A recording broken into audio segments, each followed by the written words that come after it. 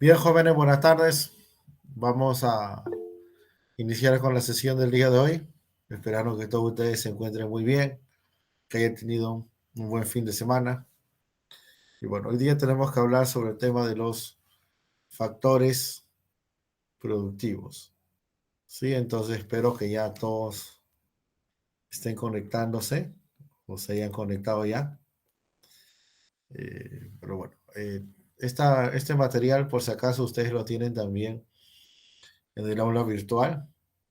Ahí tienen también algunas preguntitas adicionales para practicar. Si tuvieran dudas sobre estas, también pueden preguntar en la clase, ¿ya? Sin ningún problema. Bien, entonces vamos a iniciar la clase de hoy, decíamos, con el tema de los factores productivos. ¿Qué cosas son los factores productivos? Bueno, son aquellos elementos que combinados me permiten obtener aquellos bienes y servicios que necesitamos para satisfacer nuestras necesidades. Mira, un proceso productivo explicado de una manera muy sencilla es un input y un output. Ahora tú dirás, profe, ¿qué cosa es eso? Bueno, bien simple, ¿no? El input es la entrada y el output es la salida, ¿no? Por ejemplo, acá tenemos factores de producción, que serían el input, y tenemos la salida, o sea, el resultado, los bienes y servicios, que serían el output, entrada y salida.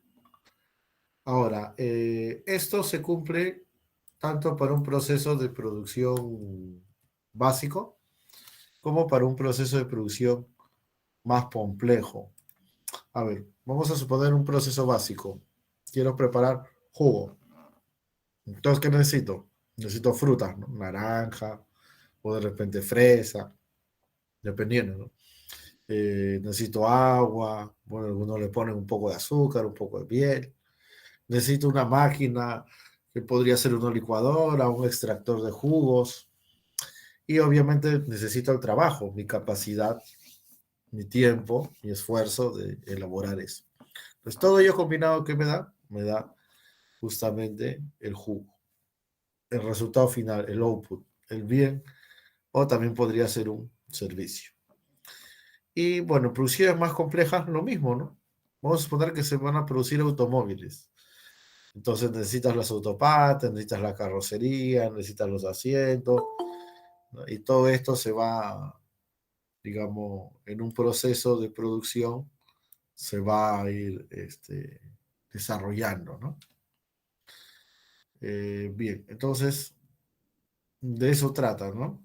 Como te digo, puede ser más complejo, más básicos, pero va a ser de igual manera.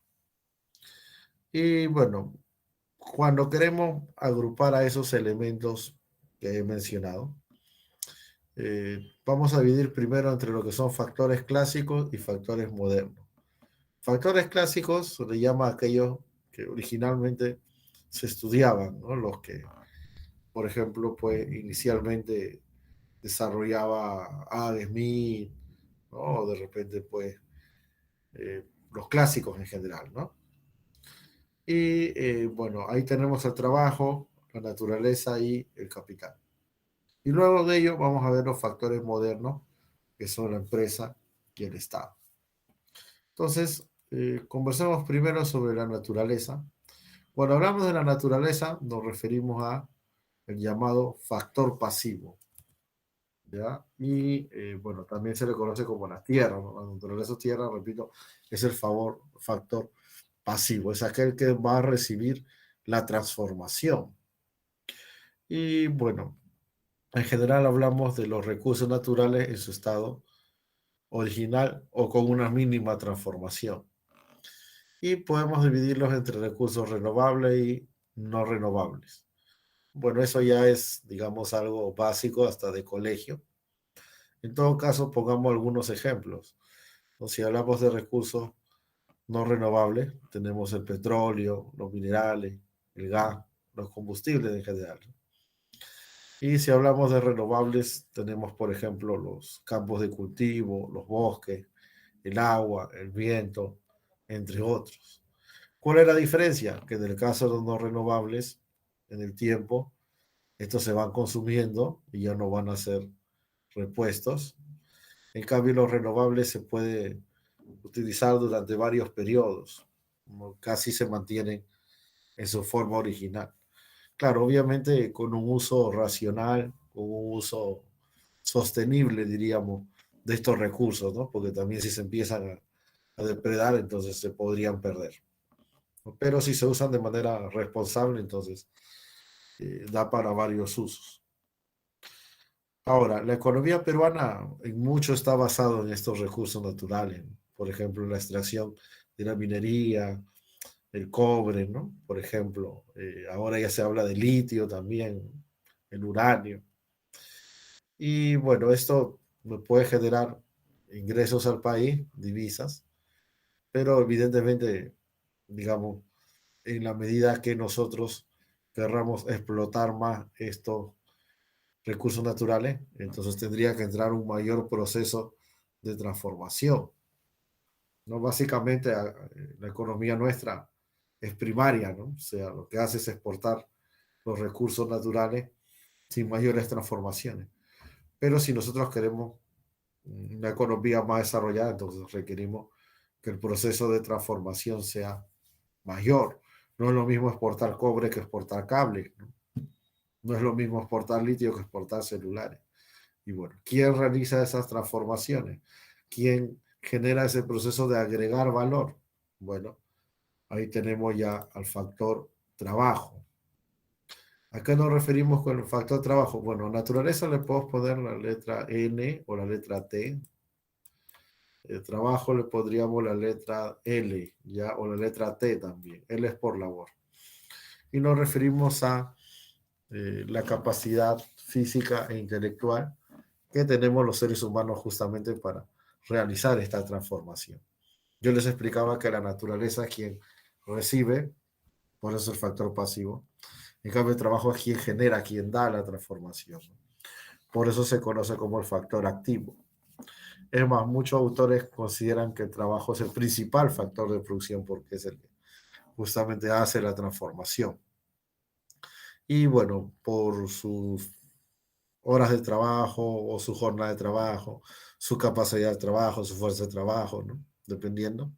¿Ya? Por eso recibe una retribución, una remuneración. Esa remuneración se conoce como salario. Ahora, hay varios tipos de salario. En principio vamos a hablar de dos, el salario nominal y el salario real. El salario nominal es el monto de dinero que tú recibes por tu trabajo. Por ejemplo, de acá a unos años tú vas a ser ingeniero o de repente científico, ¿no? Ingeniera, ¿no? Entonces, te van a pagar un monto. O sea, digamos, vamos a suponer, para empezar nomás, 5.000 soles. Ya bueno, supongamos, decíamos, tu nominal. Al nominal le vamos a poner W mayúscula. Es la notación que se usa en la economía para el nominal. Entonces, 5.000 soles.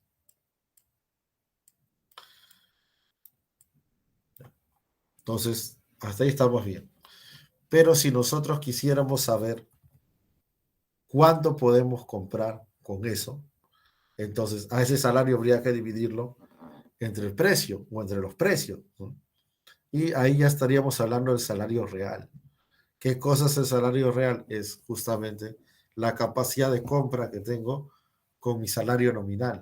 O sea, dicho en palabras más sencillas, lo que puedo comprar.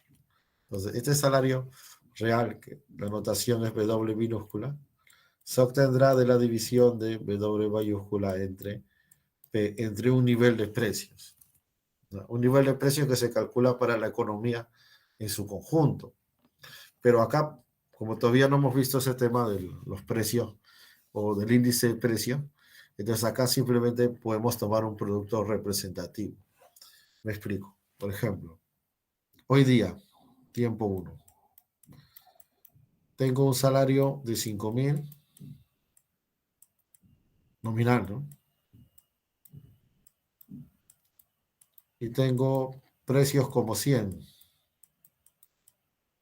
¿ya? Precios como 100. Entonces, si yo quiero calcular el real, ¿qué hago? 5.000 entre 100. Entonces, evidentemente esto es 50, ¿no es cierto? Ya. Pero este 50 está expresado en unidades, o sea, yo puedo comprar 50 unidades que tendrían un precio de 100. Por ejemplo, eh, yo quiero valorar mi salario en términos de camisas. Ya, entonces, si las camisas están 100 soles, mi salario equivale a 50 camisas, ¿no? Camisa por salario, ¿no? O sea, por cada unidad de salario yo recibiría 50 unidades de producto, 50 camisas. Entonces, ¿cuál es el detalle? El detalle es que cuando suben los precios, entonces el nominal no va a cambiar, ¿no? De repente a mí me siguen pagando 5.000, pero el real sí, porque si los precios, por decir, duplican, pasan de 100 a 200, entonces este salario real ahora evidentemente ya no será 50, sino será 25. ¿Te das cuenta, no? Claro, un incremento de precios, o sea, de 100%, como es este caso, es bastante, ¿no? A veces los precios no cambian mucho, sobre todo en el Perú los últimos años, la inflación ha sido bien baja, pero lo he exagerado un poco para que veas a lo que quiero llegar, ¿no? Que si bien es cierto, es importante lo que te van a pagar, en este caso 5.000, salario nominal, pero es más importante lo que puedes hacer con el dinero. Entonces, cuando suben los precios, lo que puedo hacer con el dinero es menos. Cada vez compro menos. Y de ahí la importancia es que los precios no suban mucho. Por eso es que ahora la gente, cuando los precios empezaron a subir, se estaban preocupando, ¿no? Y eso que acá es bien bajo, como te digo. Pero igual, cualquier subida de precios disminuye tu salario real. Ahora, ¿cuál sería la forma de evitar eso? Bueno, una ya dijimos, ¿no? Tratar que los precios no suban, pero siempre van a subir algo. La otra es que aumente tu salario nominal, ¿no? O sea, que conforme aumentan los precios, aumenten tu salario nominal. Por ejemplo, si tu salario de 5.000 se hubiera duplicado a 10.000, entonces no interesa que los precios hayan pasado de 100 a 200. Tú seguirías comprando lo mismo, ¿no es cierto? Entonces, si eso hubiera pasado, vamos a suponer que aquí te suben el salario,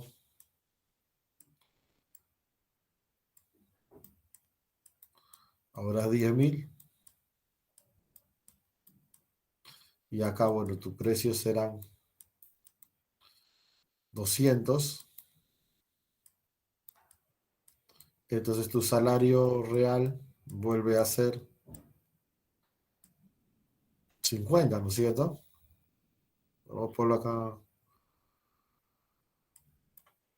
un poquito más grande, ¿eh?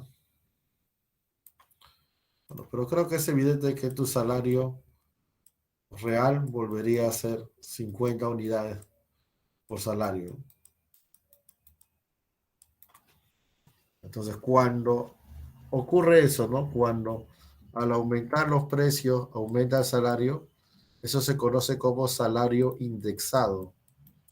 Salario indexado. Indexado. Salario indexado. Entonces, eso conviene al trabajador porque no pierde su poder de compra, pero entenderás que a la empresa no le gusta mucho. Los empresarios no son muy proclives a dar salario indexado.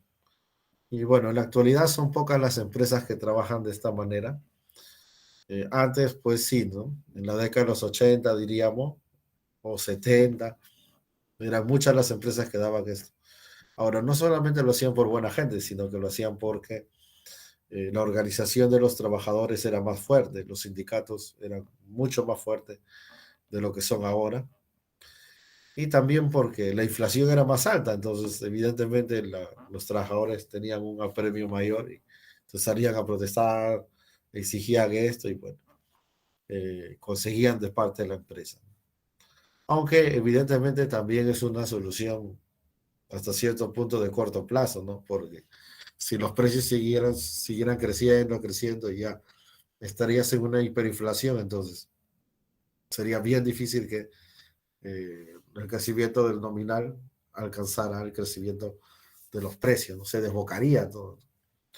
Pero bueno, en principio nadie quiere perder su capacidad de compra, entonces se supone que tu nominal debería ir subir. Sin embargo, en los últimos años lo que se ha observado es que por más que los precios han aumentado, no mucho, pero han aumentado, el salario nominal sigue siendo casi el mismo, incluso menos, ¿no? A partir de la crisis, incluso menos. Pero bueno, entonces esto es respecto al salario nominal, al salario real. Ahora, esto de mínimo legal, mínimo vital, mira, no vamos a complicarnos. Acá en el Perú lo que se utiliza es la RMB. ¿Qué cosa es RMB? Es remuneración mínima vital. Ya, estos otros también, pero como te digo, acá nosotros, lo que usa el Perú es la RMB.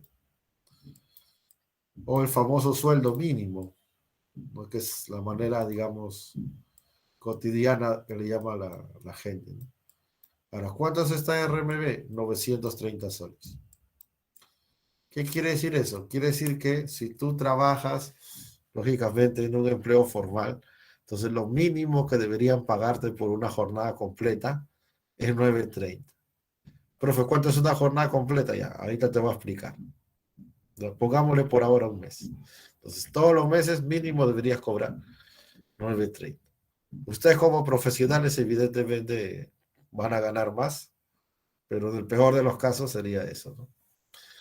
Ahora, que si eso alcanza para que la gente viva o no, ya ese es otro debate, ¿no? Lógicamente los empleadores o quienes los representan dicen que sí y los trabajadores dicen que no, ¿no? Por ejemplo, este señor, actual congresista, Nano Guerra García, de los he escuchado, él decía que 930 es mucho, dice él, ¿no? Es mucho, o sea, por él que fuera menos, ¿no? Pero si preguntas de repente a los dirigentes de la CGTP, que es el sindicato de trabajadores, ellos te van a decir muy poco. Ellos dicen que sea 1500. Entonces, como los empleadores y quienes los representan tienen un punto de vista, y los trabajadores y quienes los representan tienen otro punto de vista, entonces lo que se hace es que hay una comisión multipartita que va determinando eso, ¿no? Donde están los trabajadores con sus sindicatos, donde están los empresarios también con sus asociaciones o confederaciones como la CONFIEP, está el Ministerio de Trabajo y, lógicamente, pues, bueno, Ministerio de Trabajo y otros funcionarios que representan al gobierno central, ¿no? El Ministerio de Economía, entre otros. Entonces ahí se debate ello, ¿no? Y bueno, ya hace un tiempo está congelado estos 930, se espera que por lo menos suba a 1000, más que nada para los que cobran este salario, ¿no? Como te digo, la mayoría de profesionales cobran un poco más, pero hay también buena cantidad de gente que está con esto, ¿no? Entonces se esperaría que por lo menos suba a 1000. Es más, si ustedes ven la gráfica que está al lado izquierdo, el Perú, si bien es cierto, no tenemos el último salario, hasta hace unos años sí, ¿eh? Éramos el salario mínimo más bajo sin considerar a Venezuela. Pero ahora ya tenemos un salario mínimo pues regular, pero que de todas maneras está bastante lejos de lo que son países como Chile o Uruguay. Mira, Chile, por ejemplo, su sueldo mínimo es $441, mientras que en Perú es solamente 257. Entonces, como que hay un poco que ajustar, hay un poco que mejorar. Pero bueno, esas son las diferentes remuneraciones que recibe el trabajador. Pero claro, el nombre general es salario, ¿no? Por ejemplo, si te preguntan en el examen cuál es la remuneración del trabajo, la respuesta es salario. Y claro, dentro de salario está lo que estamos hablando, ¿no? Nominal, real, sueldo mínimo, etcétera. Ahora, otra cuestión. Cuando nosotros, ¿no? El país, por ejemplo, queremos saber cuál es la fuerza laboral peruana, o sea, el factor de trabajo ya no solamente en una empresa, sino en todo el país. Entonces, vamos a utilizar las categorías que usa el INEI. ¿Ya? Entonces, vamos a partir del total de población hasta que encontremos la fuerza laboral peruana. Ahora, ¿quiénes constituyen la población total? Bueno, el 100% de residentes en el Perú. O sea, los que viven acá. Entonces, pueden ser peruanos o pueden ser extranjeros, pero los que viven en el Perú y están acá de manera permanente, porque otra cosa son los turistas, ¿no? Los que están de manera permanente, esos son la población total. Y esa población total subdividimos en población en edad de trabajar y la que no está en edad de trabajar. Como puedes observar en la PPT, el punto de corte de eso son los 14 años.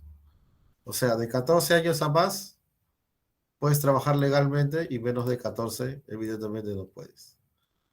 Ahora, si tú eres menor de edad, o sea, tienes 14, 15, 16, ¿no? Antes de 18, entonces para trabajar tendrías que tener un permiso de tus padres. Pero sí lo puedes hacer, ¿no? Sí lo puedes hacer. En cambio, en el caso de los menores de 14, en ningún caso deberían de trabajar. ¿Estamos claros? Entonces, eso es importante porque tú me dirás de repente, no, mira, profesor, pero yo veo varios niños que trabajan, ¿no? Que venden sus caramelos, que limpian la luna. Bueno, eso se da, no debería darse, ¿no?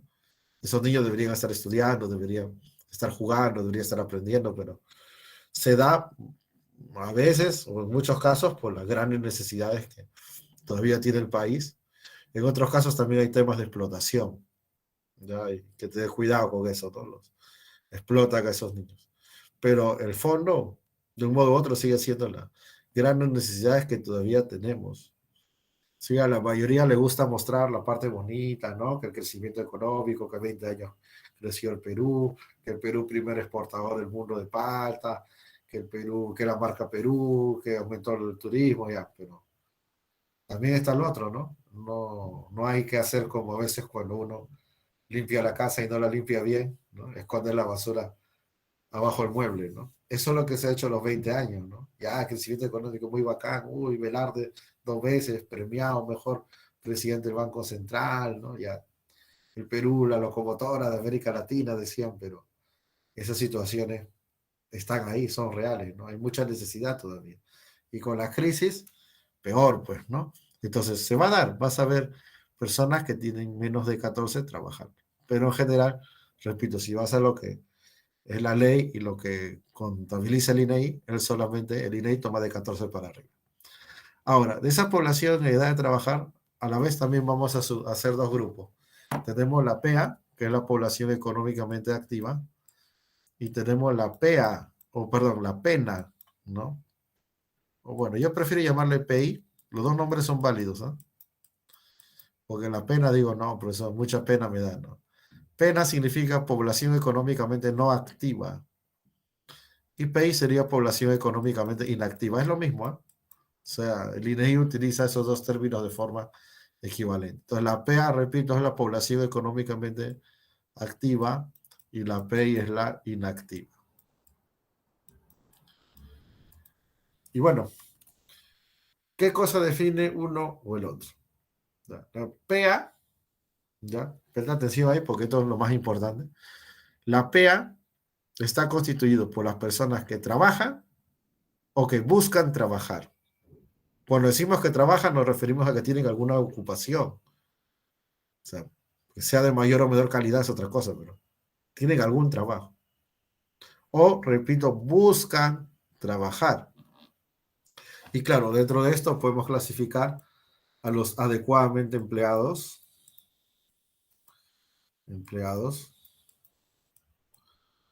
a los subempleados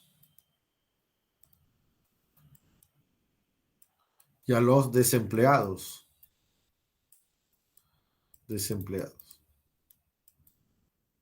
Pero no te olvides, ¿ah? Estos desempleados buscan trabajar, ¿ya? Buscan trabajar. En cambio, los inactivos, vamos a rotar por acá, no trabajan y tampoco buscan trabajar. No trabajan y no buscan.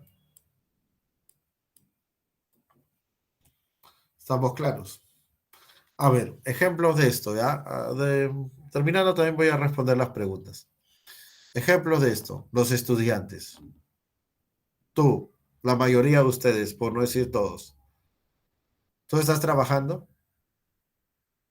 Bueno, por ahí creo que había un par, ¿no? Pero en general, ¿ustedes trabajan, sí o no? ¿Trabajas o no trabajas? No trabajas, ¿no? ¿Y por qué no trabajas, ah? ¿Porque eres vago, eres flojo, eres un zángano? ¿Por qué no trabajas? No trabajas porque has decidido estudiar, ¿no es cierto? Profe, yo quiero ingresar, entonces para eso tengo que estudiar. Está bien, es lo que te corresponde hacer. Entonces tú has decidido con tu familia que no vas a trabajar. Entonces no trabajas y tampoco estás buscando. Otro ejemplo podría ser las amas de casa, tu mamá. De repente tu mamá estaba trabajando, pero dijo, a ver, ¿cómo ayudo a mi hijito o mi hijita para que ingrese? Ya, yo me voy a hacer cargo de la casa, pues. Entonces mira, tu mamá, todo el esfuerzo que hace por ti. Tu mamá lava, plancha, cocina, limpia. ¿Para qué? Para que tú solamente estudies. Entonces no te pongas a vagabundear, pues cuando haces eso, tu pobre madre está en tu casa, ¿entiendes? Entonces si tu papá decidió dejar de trabajar para dedicarse a la casa, bueno, se le considera también inactivo, ¿no es cierto? Ahora, lo que sí quiero precisar es que estos inactivos a la vez se van a subdividir en dos, inactivo pleno y desempleo oculto. Los ejemplos que hemos puesto de los estudiantes, de las amas de casa, ya, esos son inactivo pleno. Ahora, ¿cómo sé, profesor, que es inactivo pleno? Porque son voluntarios. Dijimos que voluntariamente dejaron o no trabajan, ¿no? Dejó de trabajar tu mamá o simplemente ya no trabajas tú, ¿no? Voluntarios. En cambio, el desempleo oculto es lo que se conoce también como desalentados. Desalentados. Y tú dirás, profe, ¿qué cosa es eso? Ya mira. Vamos a suponer que una persona perdió su trabajo. Está buscando 3 meses, no encuentra. 6 meses no encuentra. 9 meses no encuentra. Un año no encuentra. Año y medio no encuentra. Ya, entonces está renegando, ¿no? Seguramente le está echando la culpa al presidente. Ya. La cuestión es que no consigue. Entonces hay personas que llegan a la conclusión de que es mejor no buscar. Por diferentes motivos, ¿no? Dicen, no, mejor si nadie me va a dar trabajo, entonces mejor espero un tiempo que las cosas mejoren y salgo a buscar otra vez. Mientras pues me dedico a hacer mis cosas en mi casa, ¿no? O de repente no y me contratan porque me falta algo, ¿no? Quizá me falta algún curso, alguna novedad que ha salido y yo no lo sé, entonces me puedo poner a estudiar, ¿no? O por último, pues, en fin, ¿no? De repente muchas cosas que tienen las personas pendientes, ¿no? De repente tengo un problema de salud, ahí entonces mejor resuelvo eso hasta que luego salgo a buscar. Entonces, todas esas personas se consideran inactivos porque ya dejan de buscar, pero realmente son desempleados. Por eso se llama desempleo oculto. El otro desempleo que está en la PA, este de acá, es desempleo abierto, ¿no? Claro, se dice a secas, pero eh, en sí algunos le ponen abierto para diferenciar del de acá, que es oculto. Entonces, ¿por qué? Porque estas personas querían trabajar, no es que no querían, sino que nadie las contrató. ¿Profesor puede pasar? Sí, puede pasar. Y no solamente es por temas, ojo, o sea, normalmente lo usual es que si tú eres un buen profesional, te encuentres trabajo y si no lo eres, entonces no encuentres, ¿no? Pero pueden pasar muchas cosas, jóvenes, ¿no? Digamos, el mundo real, si cabe el término, es muy complejo. Hay gente que teniendo capacidad no la contrata. Incluso acá en Perú es bien curioso porque acá existe bueno, no es que en otros lugares, pero acá eh, te hablan de la sobrecalificación, ¿no? O sea, es curioso, pero te dicen, no, usted está sobrecalificado para, para este cargo, ¿no? O sea que si yo estudié, me esforcé, me preparé y ahora resulta que, según tú, o sea, claro, está bien, ¿no? Hasta cierto punto te están halagando, pero en realidad tú quieres trabajar. Entonces, a veces puede pasar eso también, ¿no? A veces tú tienes una calificación muy avanzada, pero en el Perú no hay muchos de esos puestos. Entonces tienes que esperar que se abran esos puestos o de repente ir a otra economía, ¿no? Por ejemplo, no sé, yo he estudiado ingeniería nuclear. ya, pero no creo que haya muchos puestos, ¿no? Entonces, en esos casos, lo que tienes que hacer es ser de los mejores. Ahí no te queda otra, ¿no? Pero bueno, lo que te quiero explicar es que no siempre, o sea, es el caso que muchos piensan, ¿no? Ah, de que no consigue trabajo, de repente, bueno, no es capaz, ¿no? Hay muchas situaciones de la economía que pueden conllevar a eso.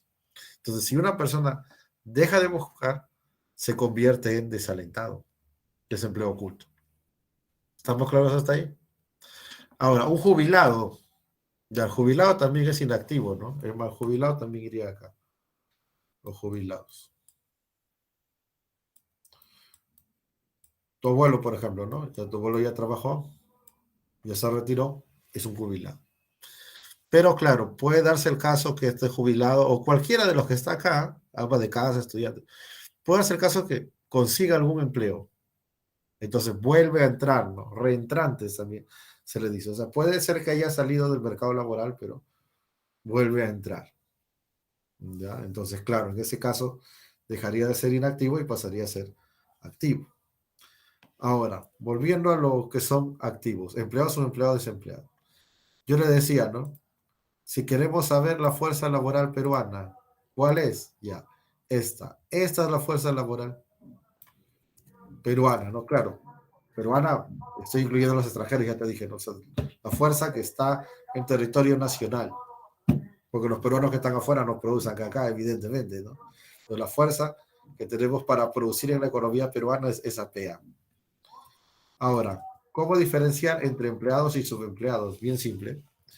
Los empleados son aquellos que, los adecuadamente empleados, ¿no? Son aquellos que reciben todos sus derechos y beneficios laborales, y los subempleados son aquellos que no. Ahora, ¿cuáles son los derechos laborales? Hay varios, ¿no? Tienes, por ejemplo, vacaciones 30 días, gratificaciones 2 veces al año, julio, diciembre, escolaridad si tienes hijos en el colegio, pago de horas extras, CTS, seguro, eh, bueno, sistema de pensiones también, aunque las pensiones las paga el trabajador, pero tienes que tener, por ejemplo, el dominical también, ¿no? Si trabajas un día domingo o un día, digamos, fuera de la programación normal, hay un pago adicional, etcétera, etcétera, etcétera, ¿no? Hay una serie de derechos. Entonces, el adecuadamente empleado tiene eso y el subempleado no lo tiene.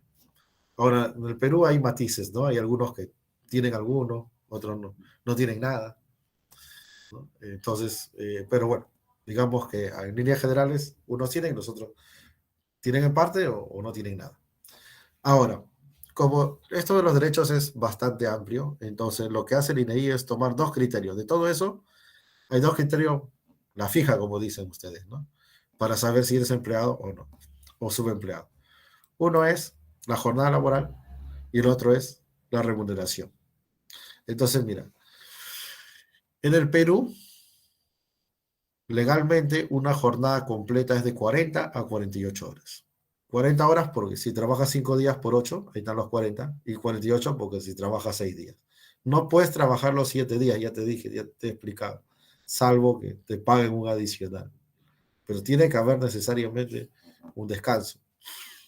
Ahora, si tú trabajaras más de 48, pero no un día más, sino horas más, entonces tendría que pagarte horas extra, ¿no? Si es un día más, te paga el día y un adicional. Y ya, eso es lo que tú vas a encontrar en la realidad. Pero cuando el INEI hace estos cálculos, lo que hace es tomar un estándar internacional para que podamos comparar, ¿no? Si yo comparo, por ejemplo, el empleo en Perú con el empleo en Brasil, tengo que tener un mismo estándar. Y ese estándar, en este caso, son las 35 horas. 35 horas. Quiere decir que el que trabaja de 36 a más tiene una jornada completa y es adecuadamente empleado.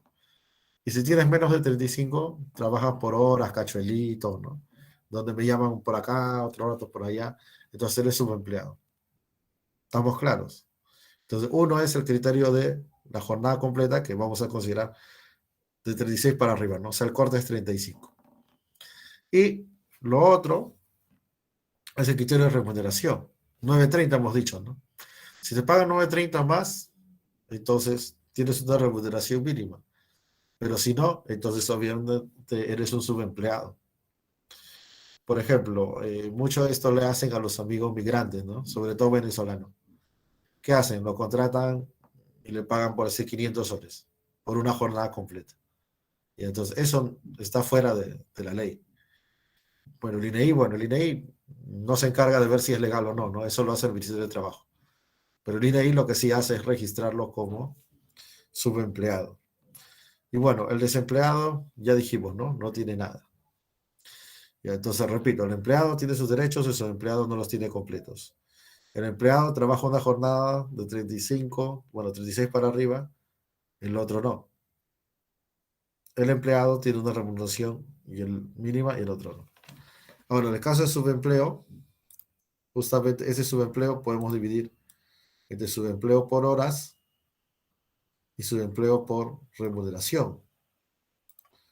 Por horas o por jornada también, se le llama.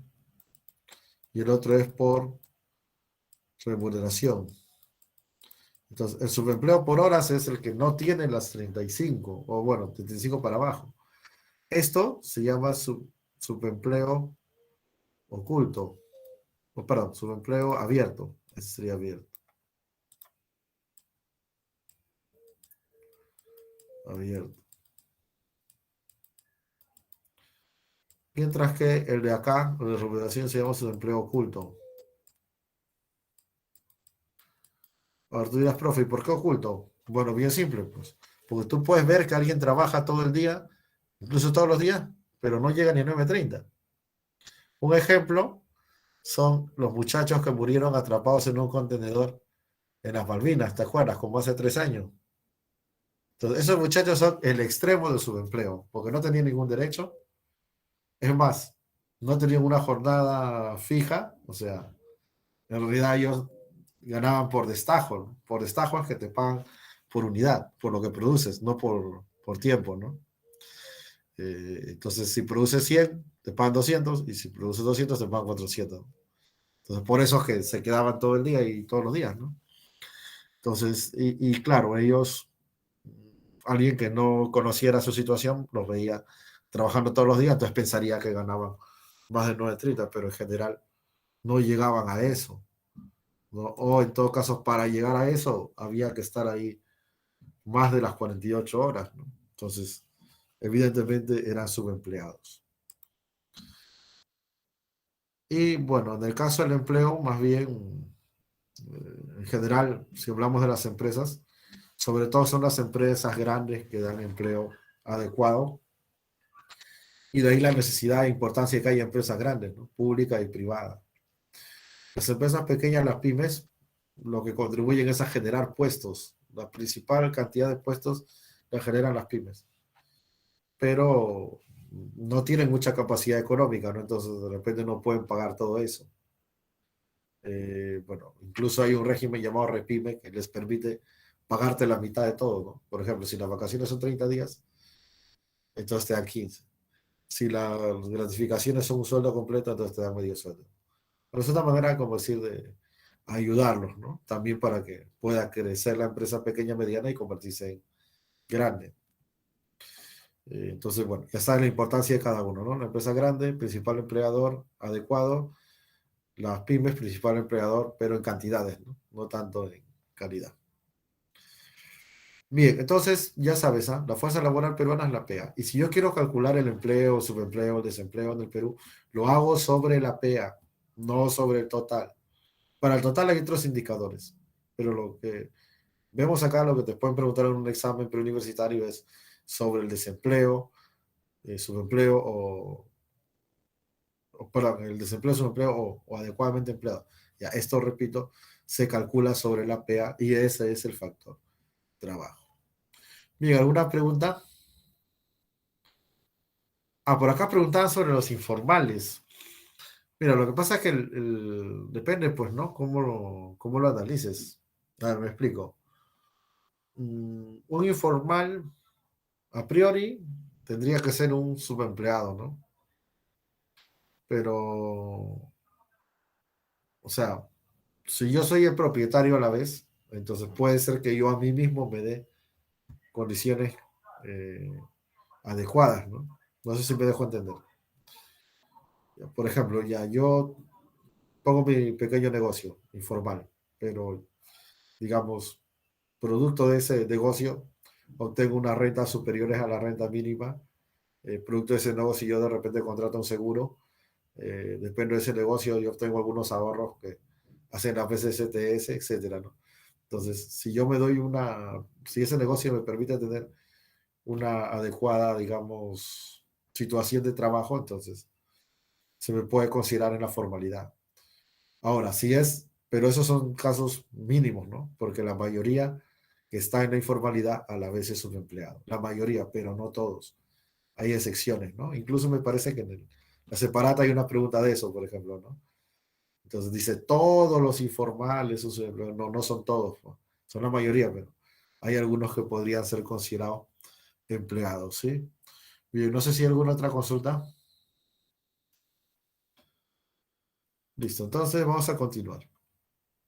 Hemos hablado de la naturaleza, hemos hablado del trabajo y ahora vamos a hablar de capital. El capital se conoce como factor auxiliar. ¿Por qué? Porque apoya al trabajo, contribuye a que el trabajador pueda realizar la transformación. Dijimos que el trabajo es el factor activo, ¿no es cierto? La naturaleza es el factor pasivo. Yo, trabajador, realizo la transformación de la naturaleza. Pero para hacer eso necesito elementos, ¿no? Por ejemplo, herramientas, máquinas, equipos. Ya, esos elementos que me van a auxiliar se consideran capital. Ahora, hay varios tipos de capitales, ¿no? Algunos hablan de capital financiero, incluso se usa el término capital humano. Pero aquí, en principio, estoy hablando del capital productivo, o sea, el capital que me permite producir. Ese capital productivo también se conoce como capital físico. Entonces, la letra K va a ser eso, ¿no? Capital físico.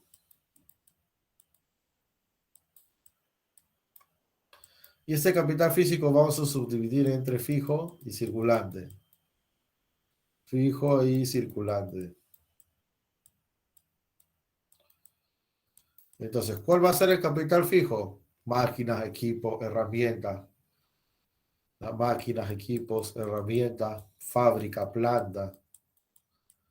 Entonces, estos de acá serían capital fijo.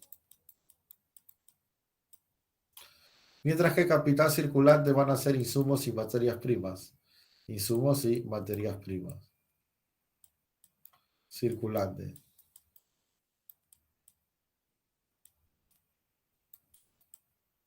Entonces, repito, el capital fijo va a ser capital circulante, es el capital físico. ¿Estamos claros? Ya. Ahora, si hablamos de capital financiero, o si la pregunta, por ejemplo, en un examen mencionara eso, entonces estaríamos hablando del dinero, este de acá. Este es el capital financiero.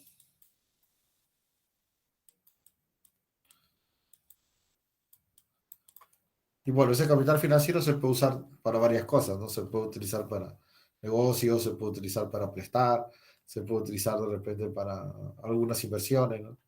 Pero básicamente es el dinero. Cuando la gente dice, ¿no? A veces dice la gente, necesito un capitalcito, voy al banco, ya se refiere a ese capital de dinero que le van a prestar en este caso. E incluso, como te digo, algunos hablan de capital humano. El capital humano se refiere a las capacidades que adquieren los trabajadores. Porque claro, un trabajador, si yo hablo de trabajadores en general, hay diferentes calificaciones, ¿no? Diferentes grados de formación. Pero si un trabajador o un conjunto de trabajadores incrementa sus calificaciones, está haciendo un mejor capital humano y está siendo más productivo. Por ejemplo, si yo antes no sabía usar los programas de computación y ahora sé, entonces soy más productivo. Yo sigo siendo una persona, pero quizá valgo por dos. Eso es lo que eh, ha pasado ahora, ¿no? A raíz del aislamiento, hubo una obligación, por ejemplo, de los profesores de entrar al mundo virtual. Y a veces, bueno, en algunos casos no hubo mucho problema, pero de repente a veces los colegas que eran un poquito mayores y no manejaban las herramientas, entonces han tenido que aprender.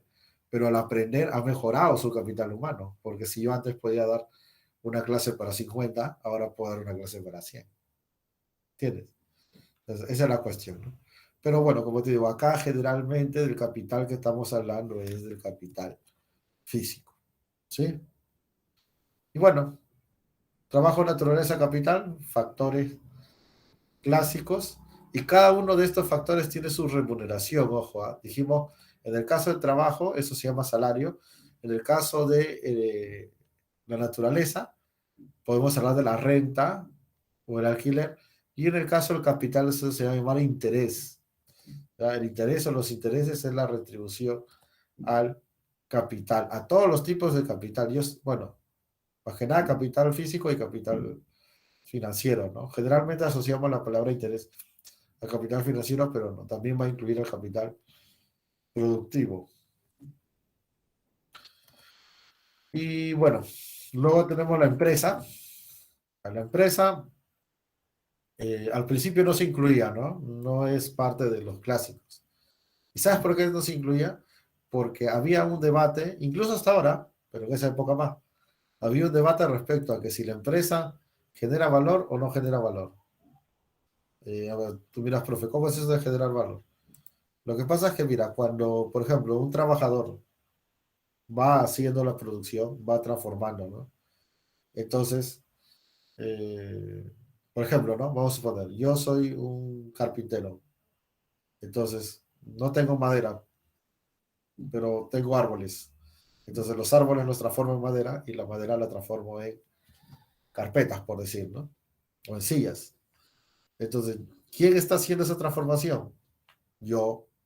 O sea, yo soy el que está agregándole valor. El trabajo genera valor, se dice, ¿no? La naturaleza ya sabes que solamente recibe esa transformación, ese incremento de los valores. Entonces, la empresa no genera valor, ni tampoco aporta directamente a la generación de valor, como sería la materia prima. Sin embargo, sin embargo, y sobre todo en una economía como la nuestra, la empresa es importante porque juega el rol de coordinador. Coordinador. Coordina la producción. Porque yo puedo tener los mejores insumos, materias primas, máquinas, equipos, los mejores trabajadores, los mejores terrenos, pero si no se pone a caminar, entonces no tengo nada. ¿Cierto? Entonces, ese papel lo juega la empresa. Sobre todo en nuestro caso, la empresa privada, ¿no? Pero también podría ser la empresa pública. Ahora, si esta charla la estuviera dando, no sé, en la Universidad Kilsung de Corea del Norte, entonces de repente te diría otra cosa, ¿no? Te diría que es el Estado, que planifica y desarrolla la producción, pero para nosotros es la empresa. Entonces es importante considerarla. Ahora, la empresa obviamente tiene un objetivo principal, que es la finalidad lucrativa, o sea, de maximizar su ganancia y su beneficio, pero también tiene una finalidad económica y una finalidad mercantil. La finalidad económica es básicamente la producción, o sea, producir bienes y servicios, y la mercantil es la venta. Eso que ha sido producido se traslada a los mercados. Y bueno, últimamente, no solamente hablemos de años, sino incluso ya podríamos hablar de las últimas décadas. Se ha incluido la finalidad de la llamada responsabilidad social empresarial. Eso que es asumir responsabilidades. A ver, ¿a qué nos referimos con esto? Antes se pensaba que lo que ocurriera en la empresa era solamente de competencia o solamente le debía importar a aquellos que eran parte de la misma. O sea, por ejemplo, los propietarios, los gerentes, los trabajadores. Sin embargo, con el tiempo se observó que hay personas que, por más que no son parte de la empresa, pero sí se ven, digamos, afectadas o se ven, eh, bueno, claro, se ven afectadas sería el término correcto, ¿no? Directa o indirectamente, positiva o negativamente por lo que ocurre en la empresa. Entonces, si nosotros íbamos a analizar los grupos de interés, entonces debíamos considerar a esas personas o esos grupos, ¿no? Y básicamente la empresa asume una responsabilidad sobre ello. Por ejemplo, a ver, para que me entienda más fácilmente, la minería. La minería es una actividad que le compete solamente a los que están ahí. No, no es cierto. Le compete también a las comunidades, porque muchas veces la minería genera una contaminación que impacta en la comunidad. Entonces, hay que incluir a la comunidad también como un actor de la empresa, por más que no sea parte de la estructura. ¿Por qué? Porque se está viendo afectado. Entonces, la empresa tiene una responsabilidad ante la comunidad. Y bueno, Digamos que si, por ejemplo, hay un problema,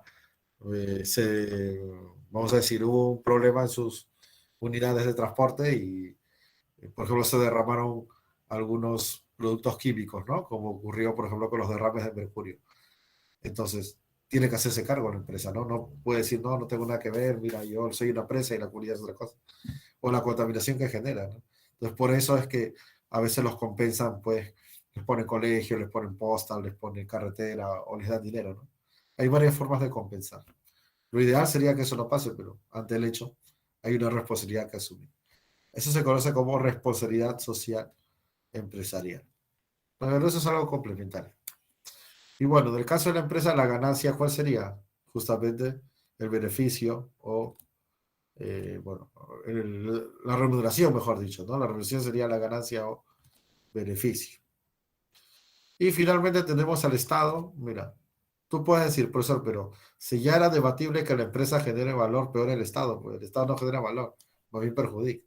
Ya, pero mira, nos guste o no nos guste, nosotros producimos en un país, ¿no? Donde hay un Estado, pues no producimos en el espacio sideral, producimos en un determinado lugar. Y ese lugar tiene sus normas, tiene sus leyes.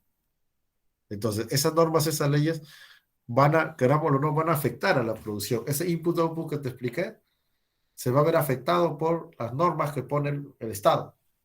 Por ejemplo, el año pasado, ¿qué dijo el gobierno de Vizcarra? ¿Qué se dijo? Se dijo, ¿sabes qué? Aislamiento total, nadie sale. Entonces la producción que estaba acá se fue al piso. Lo siento.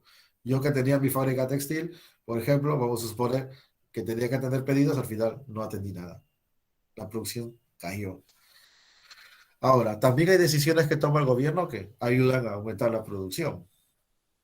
Por ejemplo, si empiezan a dar créditos a los empresarios, sobre todo a las medianas, pequeñas empresas, ¿no? O de repente dan algunos subsidios, o de repente reducción de impuestos, ¿no? Hay medidas que el gobierno también puede tomar para favorecer. Y bueno, finalmente comentemos un poco sobre las funciones del Estado en la economía, ¿no? No en general, pues, sino en la economía. La primera de ellas es la función proveedora. Pero acá una advertencia, tú escuchas la palabra proveedor y dices, ah, ya, me van a proveer de todo. Pero no es así. La mayoría de cosas que tú tienes en realidad no te las ha dado el Estado, te las ha dado los privados. O sea, tú las has comprado, obviamente, de tu familia. No son gratis, ojo, cuando digo que te las dan, no me refiero a que sea gratis, sino que han sido producidos en empresas privadas. Sin embargo, en aquellos casos que el privado no quiere hacerlo, no puede hacerlo, no se le da la gana, entonces lo tiene que hacer el Estado. Un ejemplo es la educación. Hay educación privada de todo tipo, colegios, universidades, institutos. Pero hay lugares del Perú donde no llega, pues, no llega a la escuela privada. O de repente llega, pero la gente no lo puede pagar, como acá en Lima.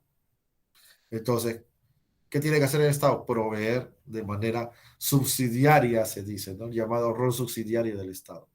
Subsidiario quiere decir que es complementario, ¿no? Ahora, ojo, esto no siempre ha sido así, ¿eh? Eso fue en el Perú a partir de la Constitución del 93. Y tampoco es así en todo el mundo, ¿no? Por ejemplo, si hablamos de Francia, si hablamos del mismo Finlandia, ¿no? Que siempre se toma de referente como un modelo educativo exitoso, ya, ahí la educación es principalmente pública, estatal. Más bien el privado pasaría a ser el subsidiario, ¿no? Pero bueno, en nuestro caso ya sabes cómo es. El privado complementa, perdón, el Estado complementa al privado. Luego tenemos la función estabilizadora, que básicamente es mantener la inflación baja, el desempleo bajo. No siempre se pueden hacer los dos a la vez, pero mantenerlos en rangos razonables. Y eso lo logras a través de políticas fiscales, políticas monetarias, que hablamos la primera semana, te acordarás, y también vamos a conversar de aquí una semana más, vamos a volver a tocar ese tema. Luego tenemos la función redistributiva, ya interpretación literal, ¿no? Redistribuir, volver a distribuir. Quiere decir que la distribución que se da de manera espontánea, si cabe el término, o sea, por la simple dinámica del mercado, muchas veces no es la mejor. Ahora, acá hay que tener cuidado también, porque algunos dicen, ay, profe, entonces seguramente usted quiere que todos ganen igualito, ¿no? Usted seguramente es simpatizante de los rojos, ¿no? No, no se trata tampoco de que todos tengamos lo mismo, ¿no? En realidad, el que hace más esfuerzo, el que trabaja más, o de repente trabaja mejor, o tiene mejores ideas, tiene derecho a ganar más, está bien. Pero el asunto es cuánto más, ¿no? O sea, tú no puedes tener una persona que gane como uno y una persona que gane como 47. Entonces, hay estudios que muestran que una asimetría de ingresos demasiado alta empieza a hacer que los problemas sociales se desborden. Y bueno, no se necesita ser muy genio para darse cuenta de eso, ¿no? En la medida que haya demasiada pobreza y demasiada desigualdad, habrá más delincuencia, habrá más inseguridad, habrá más inestabilidad social, habrá más protesta, etcétera, ¿no? Entonces, para reducir eso, el Estado lo que hace es redistribuir, pero lo va a hacer a través de programas sociales, ¿no? Pensión 65, Beca 18, Junto, Cariguarma, etcétera, ¿no? Esto de los bonos inclusive, ¿no? Está dentro de eso. Y para financiar eso, lógicamente, está el pago de impuestos, ¿no? Se paga impuestos y con parte de ello se financian los programas sociales. Y bueno, finalmente tenemos la función reguladora para terminar, que bueno, su mismo nombre lo dice, ¿no? Se refiere a regular el funcionamiento de la economía. Ojo, no intervenir, sino regular. Concretamente, mira, si la economía funcionara como dice la teoría, no sería necesario el Estado, porque sería un acuerdo de partes que siempre beneficiaría a los dos. Pero hay varios casos donde eso no se cumple del todo. Por ejemplo, cuando hay monopolio, oligopolio. Entonces, en ese caso, el Estado pone un regulador. Los reguladores que existen ahora son básicamente para mercados monopólicos y oligopólicos, o sin amigos, y talleres y tal, etcétera. O sea, es para que el mercado funcione mejor. No es más bien para desaparecer el mercado, por el contrario. Bien, muchachos, entonces acá tienen las claves. Eso sería todo por hoy. Y nos estamos viendo la próxima semana. Hasta luego.